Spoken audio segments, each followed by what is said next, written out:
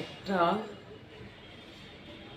বনের পশু এনে যখন তাকে লালন পালন করা হয়, সেও কিন্তু পোষ মানে তার মালিকের জন্য মায়া হয়। কিন্তু আপনি দেখবেন, যদি অমানুষের সাথে আপনি চলাফেরা করেন, তার ভুলেও মায়া হবে না, কারণ সে একটা অমানুষ। তাই আল্লাহ পশুর আত্মা দিয়ে বানাইছে, কুত্তার আত্মা দিয়ে বানাইছে, তার আবার মায়া হবে কোথায় থেকে?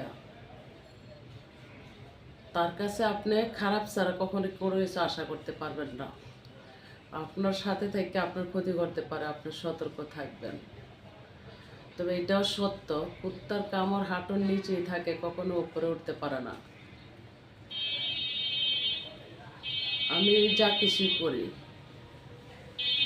কিছু কিছু গেম থেকে আমি দূরে থাকি, চেষ্টা করি নিজের দক্ষতায় নিজের ক্ষমতায় চলার জন্য।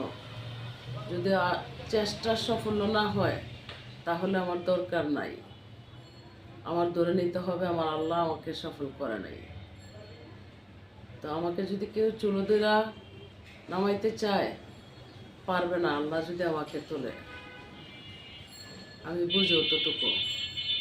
আর আমাকে যারা চুলোদুরা নামাইতে চায়, যদিও আমার কাছে কেউ দরে খায়, তো কোনোদিন না কোনোদিন আমি জন্মের দায়িত্ব নেওয়ার মতোই একজন নারী, এটাও বাস্তবে।